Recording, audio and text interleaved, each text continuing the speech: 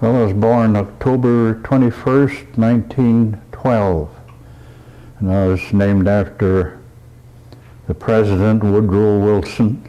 My last name is Webster.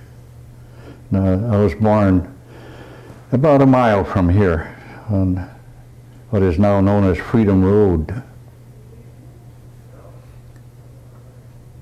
And give us the name of your mother and father. Isaac N. Webster and Josephine Hill Webster. Your mother's maiden name was Hill? Was Hill, yeah. Okay. And what was your father's middle? Newton. Newton? Newton. Okay. Now your mother, where was she from? Was she from Oneida? Yeah, she was born probably right near where I was born, because her parents lived right next to where I was born. And what was the name of her parents? It was Cornelius Hill and Celicia Skenador Hill. All right, and how many were in your mother's family? Well, my mother had, let's see, it was Rose, Josephine, Rosetta, Mary, and Miriam, who just died recently. And there was another girl who died when she was about 9 years old. I don't remember her name. And there were two boys, Cleveland and Marshall. And they were all born right here on the reservation? Yes. I see. Now, on your father's side, where was your father born? What area was he born in? He was born on a reservation too. Where were their house located, or their home? Back towards the Brown County Golf Course, that road there, on this side of it. Okay. Jefferson Baird home is still there, and that's where that family was born. My grandmother on that side, who died before I was born, was a Baird, and that's where they lived. But I don't know where my father's where their original land was. But he talks a lot about being brought up there. How large was how many brothers and sisters did your father have? I have to name them to Isaac himself. There's Isaiah, Israel, Harvey, and one that disappeared years ago and finally turned up years later in California. And I can't think of his first name now. But if you know David Webster, who moved here in the last few years, that was his son. And there's another boy who still lives in California. I say boys, but they're all grown men now. Yes, they're grown men now. Now that's on your father's side. Yes. And what was your father's profession? Well, he was just about like a lot of people around here were gardeners and farmers. And before his time, he talks about when the people made barrel staves, the men. Barrels were the thing in those days. And there was enough wood around here at that time to do that. And then he more or less, you might say, went into politics when we were made into a township here. He was, I believe he was the second town chairman of the town of Hobart, and he held that job for 14 years. And those are the times that I was growing up. He was a chairman as far as I could remember up to that time.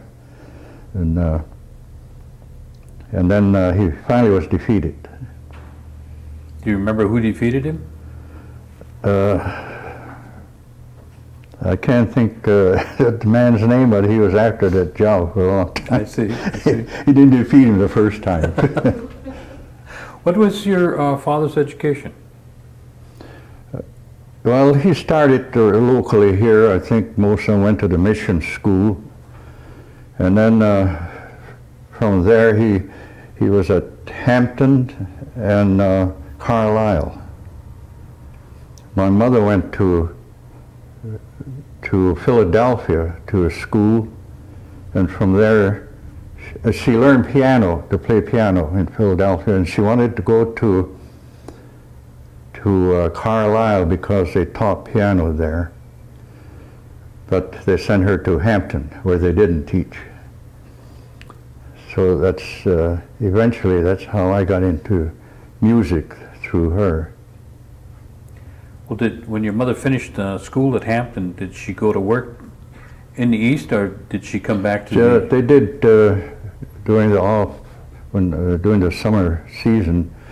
They sent the girls to different places in the mountains around there, and the boys too also worked on farms, I guess, in different places. So both of your parents were in the East, going to either Carlisle or Hampton. Yes. Mm-hmm. And at what ages would you guess that were they when they returned to Oneida? I would say my father was about 6 years older than my mother. Mm-hmm. And I would say probably when she came back, she was around maybe 20, 21, just out of high school, but those days they graduated a little later than many other people did. Did your parents talk about the activities or the school and was there a lot of other Oneidas as well as other Indians going to these schools? Yes. They met. There were several tribes going to both those schools, and the women were taught a lot of homework to take care of the house, housekeeping.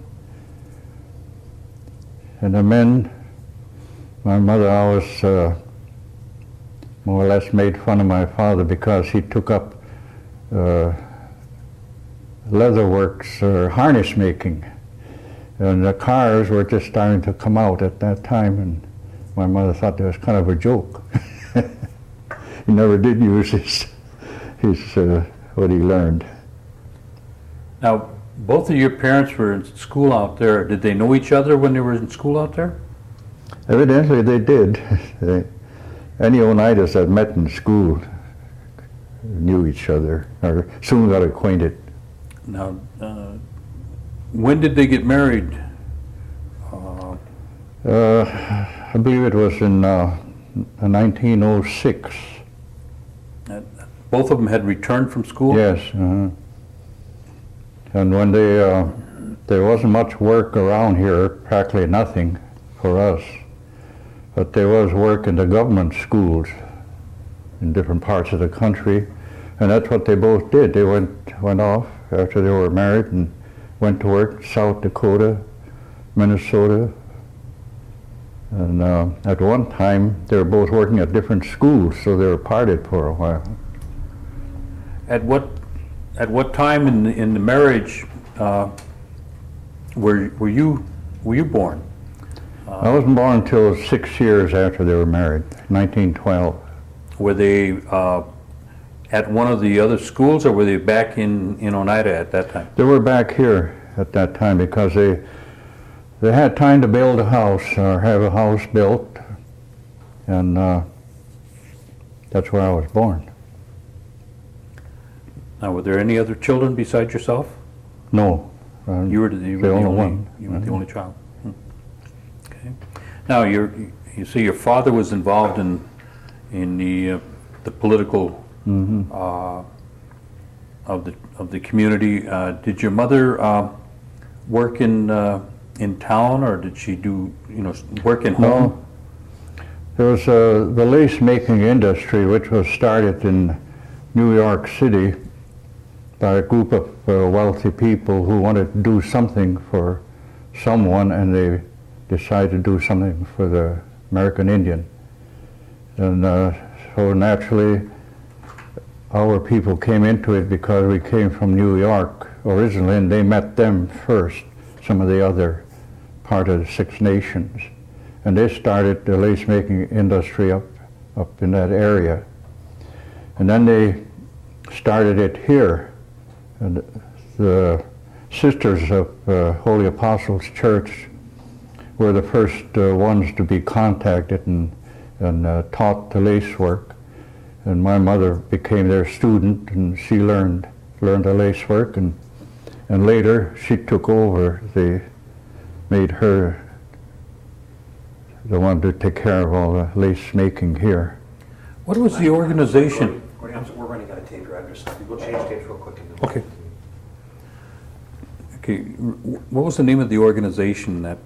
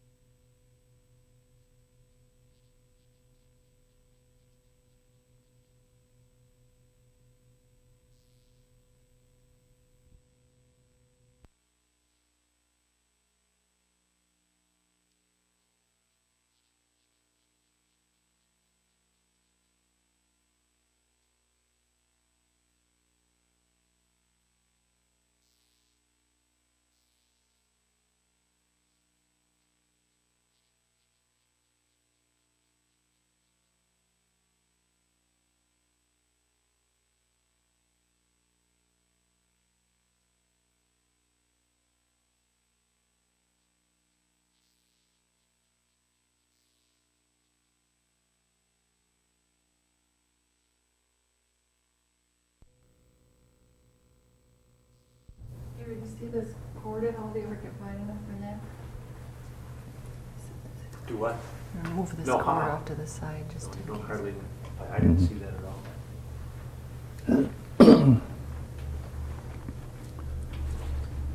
Very good job. This isn't hard, is it? Yeah. This is easy.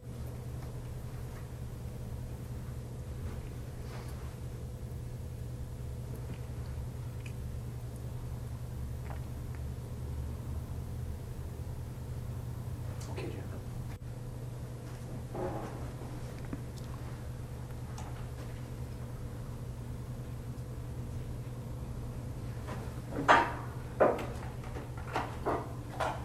Okay, go ahead. you mentioned that your mother was the instructor of the lace operation here in Oneida. Could you tell me a little bit about the lace makers? Yes, they had some of the lace making was more intricate than other parts of it. Those that made the actual lace worked on pillows using a lot of pins and thread. And the others did the work around it, which was simpler. So she spread the work out. She had the ones who were the lace makers. There weren't too many of those. And then there were more of the other. And she would give them the work, and then they would bring it back whenever they finished. And she would pay them and give them some more work.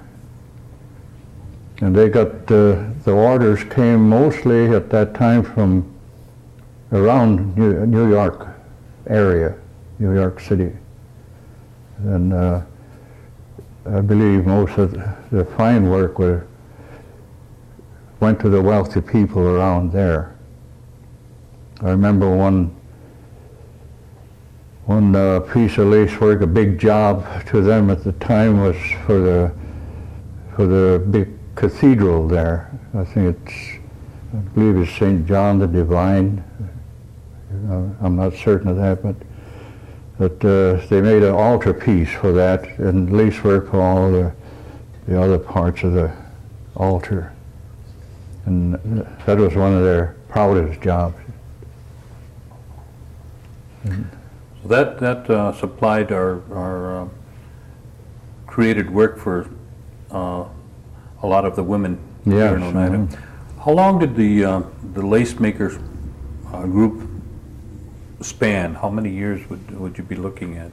Well, as far back as I can remember, they were working then. And that went on until we moved from that place down about a mile to where I live now. And it came to an end about that time. I was around 9 or 10 years old when it came to the end of them taking care of it in New York. But they gave the work to my mother. All the material they had, they let her have to continue the work here. And they gave her addresses of old customers, and she, whatever customers she could get around here, she would add on to that. So she kept the work going on for several more years. And they would give demonstrations in Chicago at the art shows, and through that way they would get more orders. And some other places where they would put on art shows. And so she managed to keep it going up to that time. Some of her old lace workers began dying off, and the young ones didn't want to learn that intricate work. So it gradually died out. So it's an art, and it's a craft that has died since died. Now, you mentioned that some of the lace work was done for the church. Did they also do some lace work for the Episcopal Church here? I believe so, yes. And your family was connected to the Yes. Episcopal Church. I just wanted to say about this lace work. When it was still managed in New York, a lot of their pieces were entered in international contests, you might say, and came out with the blue ribbon. And that was over people over in Belgium that do that kind of work. That they did pretty good. Now, on your family, their connection to the church, was that, did your father belong to the Stone Church too? Yes. And your mother belonged Yes, to the Stone Church, their family? Yes. And your mother's father, why don't you just share with us the way you understand your grandfather, the stories that your mother told you? Well, Nashotah House had two young men to be made who were going to enter the priesthood. And our church here at the time seemed to be one of the closest to them. And they were sent out here to be ordained in our church, these two men from the Nashotah House. So while they were here, they took three boys back with them to Nashotah House, and my grandfather was one of them. That was Cornelius Hill. And so he took training there, and sometime during that time he was inducted in as a chief here in Oneida. So I imagine he was quite young when he started that. And when he came back here, the other two didn't go on with any more of their church work, except to attend church, I suppose. But my grandfather became a deacon, and he worked at that for many years. And as a deacon, he was also interpreter at the church, because most of the Oneidas at that time spoke Oneida and would rather hear it translated. And so he acted as interpreter and also took part in the services. And he didn't become, he wasn't ordained until about the last, between 5 and 6 years of his life that he became a priest. So your grandfather held a title with the church, plus he held a title as a hereditary chief Yes. at the same time. Yeah.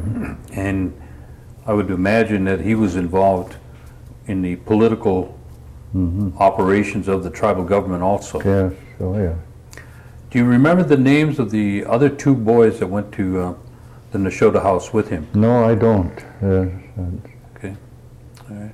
I think I saw the names at one time, but or maybe my folks mentioned their names, but I don't remember. When you think of your grandfather, what kind of picture comes to your mind in him? How do you see him? Well,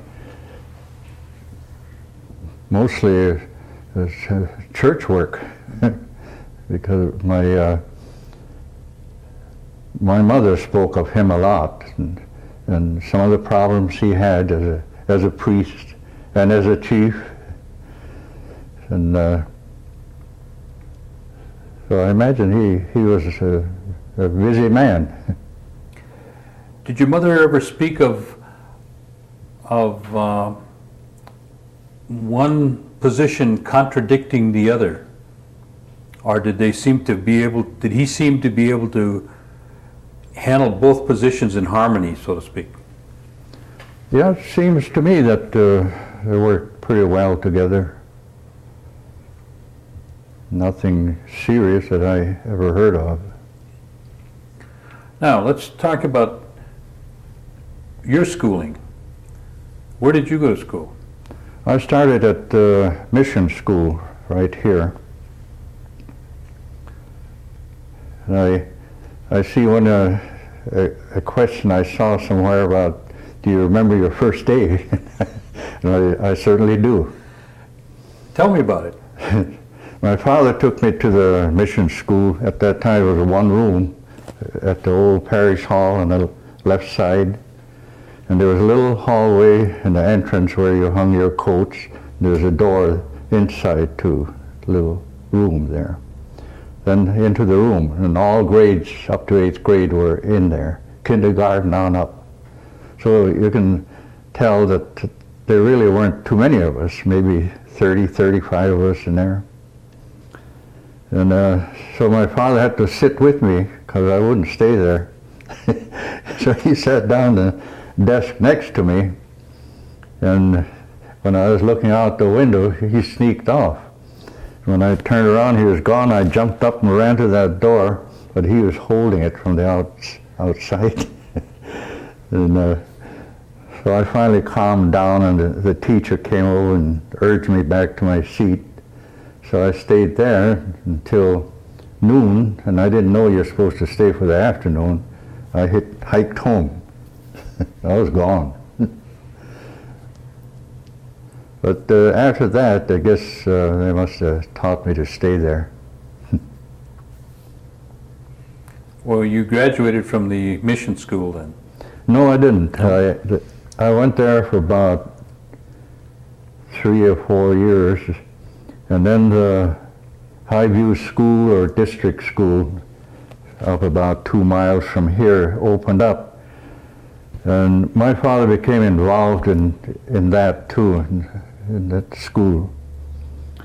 And they decided to send me up there, so that's where I went to school 1 year, and then I came back to the mission school for about 1 year, and then back to the other school. By that time they had built a new school up there. And so that's where I graduated. The last 2 years I went up there and graduated from 8th grade there. Then from there I went to West Green Bay, and I stayed there through the 4 years, graduated. Tell me about the scholarship you received. The Lace Association left a scholarship for me. when I finished high school. And so I did go on for 2 years. I went to a business college in Milwaukee. They call it Spencerian Business College. I spent 2 years there taking up a business course, which would have been great today to have, but right here. But at that time, I don't believe I fitted into that sort of schooling. I wish that I had gone somewhere else or something else. And I never did use much of that knowledge, just in some small ways I have. Well, after that, how long was it before you went into the service? Or did you come back from school and go to work? I came home, and about that time, we were in the midst of the Depression. That's one thing you have to remember. There was no work around. So about that time, along came the walkathons. The younger people, sometimes I mention it and they say, "What's that?" What is that? These walkathons were put on by promoters, and they'd offer, say, $1,000 for the winners. And you went in as couples, and you walked round and round. You'd walk 45 minutes, rest 15, and back on the floor, 24 hours a day like that. And if you came out the winner, you and your partner won $1,000, which was an immense amount at the time. And some of those shows offered more money, up to $2,500, and split maybe 3, 4, 5 ways. So I entered that when there was one in Green Bay that went over so good. I thought, gee, I'll jump into the next one. One started in Oshkosh. That got me started for the next 3 years. I followed the walkathons. I entered about 8 of them. And it isn't just the money that you win, if you win. It's the money you get by people throwing money in when you perform, sing, dance, or whatever you can do. And I was mainly a singer. If I had to, I'd dance too. But we made fairly good money with that floor showers, we called them. But you had to be one who stayed in with the show. You didn't make money until you're down to the last 5 couples that you would really make money. If you dropped out before that, you just went on to another show and try to get along. Was there a song that made you a big hit? What's that? Was there a song that made you a big hit? Yeah, there was a favorite song. Can you sing a verse? What was That was, I'll be heading for the last roundup. You remember that? Now, is with the walkathons, you followed that for a while. And then what did you go from that? Then the government started a program. I would say it was the beginning of relocation, but they didn't call it relocation at that time. And they had a man who had been living in Chicago, who they put in charge, Scott Peters. I believe he was Chippewa. He had a cleaning establishment in Chicago, and during the World's Fair, he kind of got mixed in with the people at the fair, and he was ready to give up his cleaning establishment. Mostly, he said, because Al Capone was taking over all those places. Every year they'd have to pay more money in for protection. So he was glad to get out of there when the government offered him a job to look for jobs for Indian men and women. So I came onto that, and several of us here from Oneida moved to Detroit, and that's where I was for, you might say, 10 years. But the last 2.5 years of that was spent in service. But after 10 years, I moved back here. Can you tell me a little bit about your service experience? I joined the Navy. I had a little experience with Army when I was in high school. Some of the boys around here joined Battery B National Guard in Green Bay, and they kept after me to join in too. There were about 5 of them from Oneida. Chief Hill was one of them. And I said, well, I'm too young. I'm only 17. Well, he said, go on in. Tell them you're 18, they'll take you. So I did. So I was 17 when I joined the National Guard. And they told me what fun they had when they went to Camp McCoy. And so I went in just in time to go to camp that first year. And it wasn't all that much fun. But it was pretty good. The camp life, all that. And this was a field artillery, so we had the big guns to take care of and fire. Then they had the machine gun group with that, and I was on that for a while. So I was in the following year, I went to camp one more time. In fact, I didn't know I was graduating from high school the same day we went to camp, and I went to camp and missed my high school graduation. And I found out next day from East High School, 3 came in. They had graduated the night before, but they stayed for their graduation. I didn't know that I could have done that myself. That went by. Picked up my diploma a month later or so. And so I had that Army experience. That's the reason I joined the Navy. I thought it might be a little different. At least as long as you're above the ocean and not below, you live pretty well. And so I went to Great Lakes for my training. They sent me to Navy Pier in Chicago for diesel training. And that was an 8-week course. When I finished that, they kept me there as an instructor, diesel instructor. I think one of the reasons that I got in on that was because I worked in an auto factory, for one thing. Another thing, I was already over 30 years old. And so when that school closed, it went about another 8 months when it closed, and they sent me in the same group of men. There were 20 that they kept out of my class of about 150. So I figured I was very fortunate to be kept there. Then they sent the same 20 to Ames, Iowa, to the state college there. The Navy had taken over that college. So then I was an instructor there for about 3 months. Then they shipped us out to Virginia for LST training. It's a landing ship tank. It was about the largest of the landing craft. So we took more training there, and then back to Chicago. I picked up a ship down in Illinois. There was a shipbuilding place there.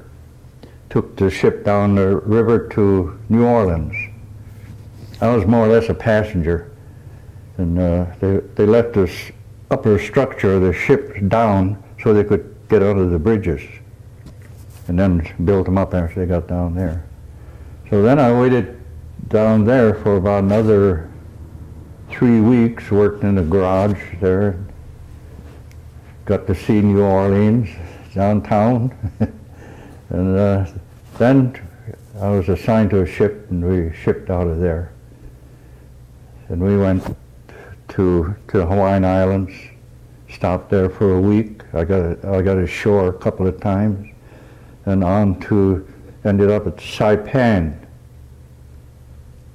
I figured then we were waiting for the invasion. We took a load of ammunition to Saipan, and it was unloaded there. Then we sat there for about 5 weeks. Finally, we got orders to go to Okinawa. On the way over, they dropped the bomb. That saved me from an invasion, saved a lot of us. So the war ended while I was in Okinawa. Then we went to Subic Bay in the Philippines to pick up trooper soldiers, took them to Japan for occupying troops, stayed in Japan for about a week, and then we went back to Subic Bay. I got off the ship, caught a ship for home. That was the end of my service. About 2.5 years. When did you start your career in singing Singing, professionally? I would say it really probably started during the walkathons. Why don't you tell me about that, some of the things that you did in that? During the day, we used to broadcast from these shows.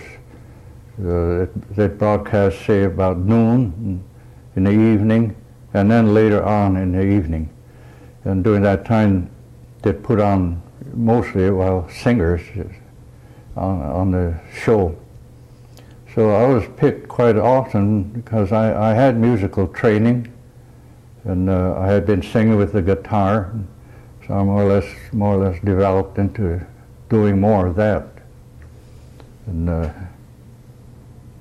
that's really how I got started in singing.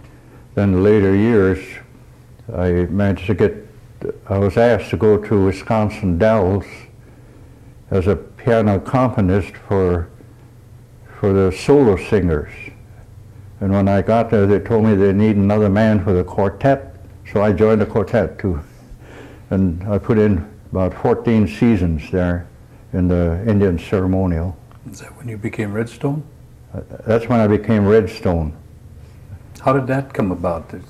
What They told me, they said, we can't introduce you at the ceremony as Woodrow Webster. That doesn't sound right. You have to have an Indian name. So I know about Redstone history. I call myself Redstone.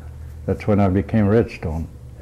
Everybody at the Dells knew me only by that name, except the man that wrote my checks. And when I came back to Oneida, nobody knew me by that name. Somebody came looking for me, and nobody knew who the man was looking for. What does Redstone mean to you? Well, it comes from the old legend that the red stone follows the tribe wherever they go. I was out looking for it to come here, but we came here, I guess we represent the stone. And you were there for 14 seasons. 14 seasons, and in later years after I was out of the ceremonial, I went back there, spent 1 season as a guide on the lower Dells. And that was about a 5-month job. But that was a nice job. Well, with all of this, you still had time to become involved in the tribal operations in some fashion. Yes. How were you? When did you start that, and what was your involvement? Well, they're always looking for someone it isn't like now. There's a lot of people ready to jump in there. There's big money to it. Those days, we got $5 a meeting, and nobody was really anxious to be on the committee. And there were only, I believe, 4 of us. And I know I had a bunch of the records at my house, and there was paperwork to be done. And so we'd hold a meeting once a month. There really wasn't much to discuss in those days. I remember the first meeting I went to, a man came in to either borrow some money or get a grant. I believe it was to borrow money that we were supposed to have had. I didn't know anything about that at the time of my first meeting, but he was told that the money was all gone. He couldn't get any. He was a little miffed about that after he had seen others get it, and he was too late. What position did you hold at that time with the in the tribal government? Well, I was sort of secretary. I had the papers, and I had to. I got the papers, the books from the former one, and there were things we had to straighten out, get straightened out there. And I remember going to the courthouse in Green Bay and sort of get these things straightened out. How many years did you serve as? So, Gordy, we're running out of tape. Okay, how many years did you serve as tribal secretary? I must have been in it about 3 or 4 years. Okay. So you've seen a tremendous change from when you were there till the present day. Oh, very much. Yeah.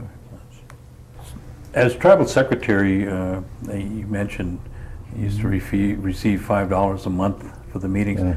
Yeah. And at that time, how many people were on the council?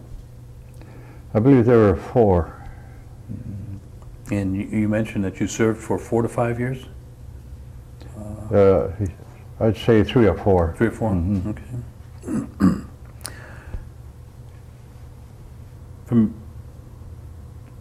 From where you sat at that time to the present time, what do you see as the biggest change?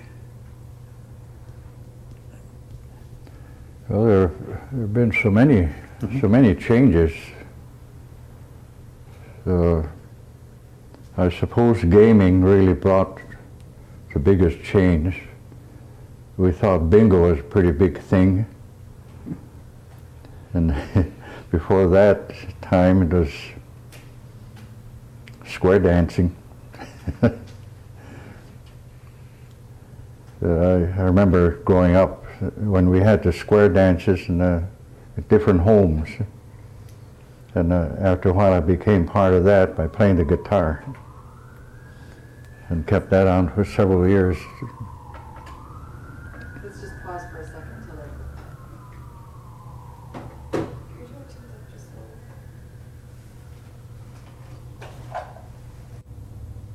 Okay.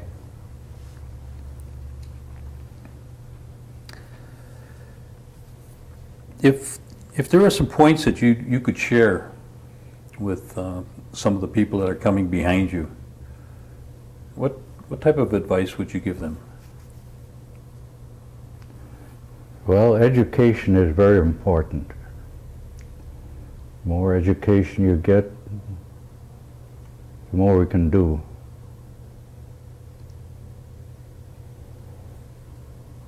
And I see that there are many going on to colleges now and graduating. And my parents always said that, get an education. They could see what was coming. And if we didn't get an education, we'd be left behind.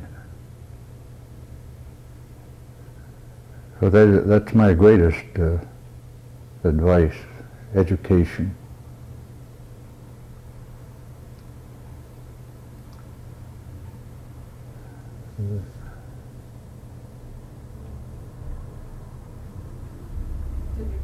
Did you want to ask them what it means to be an Oneida? No, but you can. Ask him. Well, you lived a lot off the reservation, but does it still mean a lot to you to be Oneida, through all those years of being away from the reservation and maybe not with a lot of the tribal members? Yes, Oneida to me was always home, regardless of where I went to live. I always felt drawn back to here. So it wasn't hard to come back. After my 10 years in Detroit and service, it was easy to fit back in.